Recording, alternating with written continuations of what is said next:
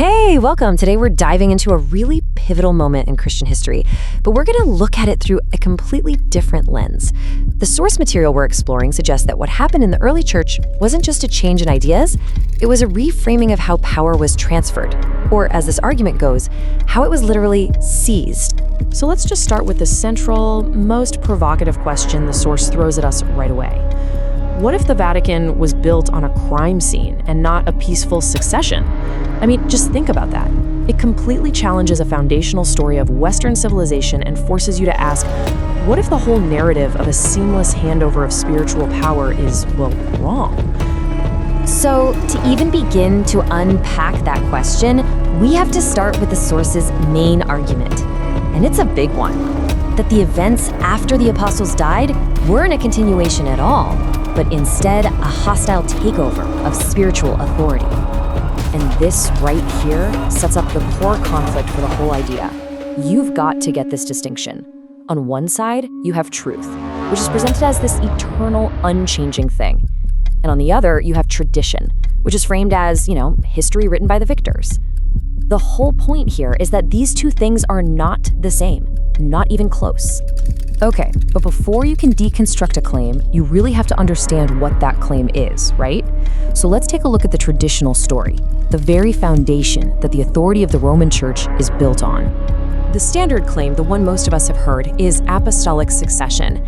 It's this foundational belief that there's a totally unbroken line of spiritual authority that's been passed down hand to hand directly from the Apostle Peter all the way to today. And the logic for it is surprisingly physical. It's almost geographical. It basically boils down to this. Peter died in Rome, therefore his authority, the keys to the kingdom, is now located in Rome.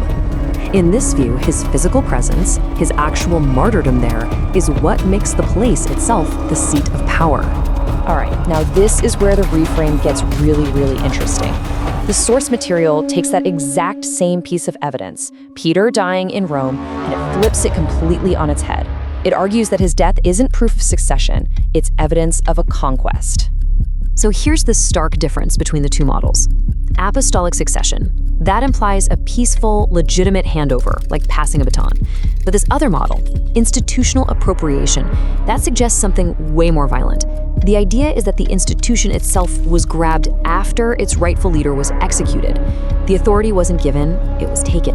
And the source uses this really powerful metaphor to explain it, the theology of piracy. It's a pretty wild idea. Step 1, you execute the captain of the ship, in this case, Peter. Step 2, you seize the symbol of his authority, the chair. And then, step 3, you claim you're now in command of the entire ship, the church. This quote from the source material just perfectly captures the heart of this critique. It really points out the massive irony, doesn't it? Building this incredibly powerful, wealthy empire on the grave of a simple fisherman who preached humility and poverty. It frames the whole thing not as a continuation of his message, but as a total appropriation of it. Now you might be thinking, hold on, doesn't the Bible itself argue against any kind of great apostasy? And that's a huge objection. So how does this reframe deal with the idea that the church is indestructible? The big prophetic problem comes from the book of Daniel. This verse is used all the time to argue that the institutional church is the kingdom of God on earth, and because of that, it could never fail or fall away. If it did, well, this prophecy would be broken. So the source answers this with a really old theological concept called autobasileia. It was first talked about by the church father Origen, and the idea is actually pretty profound. It says, the kingdom isn't an organization, it's not an institution. The kingdom is Christ himself. Wherever the king is, that's where the kingdom is. This gives us a new way to look at it. Think of it like a container versus the contents. The institution, the visible church on earth, that's just the container. But the king, Christ and his eternal truth, that's the contents. And according to this view, the container can be cracked or broken or even hijacked, but the contents, the king himself, remain totally indestructible. The kingdom never actually failed. So if this takeover happened, when did it happen and how? This question brings us to the source's proposed timeline, which is a mix of prophecy and history for how this whole thing supposedly went down. And it all comes back to that prophecy in Daniel about the giant statue. In this interpretation, the iron represents the Roman Empire, strong, crushing, imperial. The clay represents the early apostolic church, humble, soft, molded by God. So the argument goes that the state-run church that came later, under emperors like Constantine, was an attempt to mix these two, creating this fragile, unnatural political alloy of iron and clay that was doomed to crumble. Now, this timeline is absolutely crucial to the argument. It suggests the real apostasy, the moment the authority was actually lost, happened in this critical gap, this vacuum period between when the last apostles died and when Constantine and the Roman state stepped in. This would mean that by the time the Roman emperor formalized the church, the original clay was already gone. The iron of the empire just ended up forming a shell around an empty space. And all of this brings us to the final core distinction. It's really the heart of this entire reframe. It's a clash between two completely different ideas of what the church is even supposed to be. The entire argument really boils down to this one simple principle.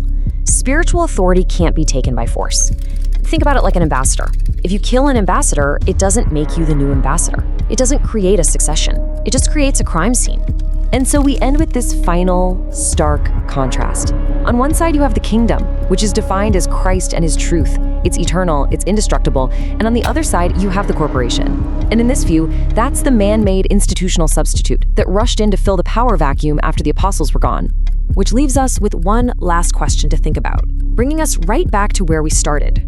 It's really a challenge to look at any historical story we take for granted and just ask ourselves, are we looking at an eternal truth? Or are we just looking at a tradition? A really compelling story for sure, but one that was carefully crafted by the people who won.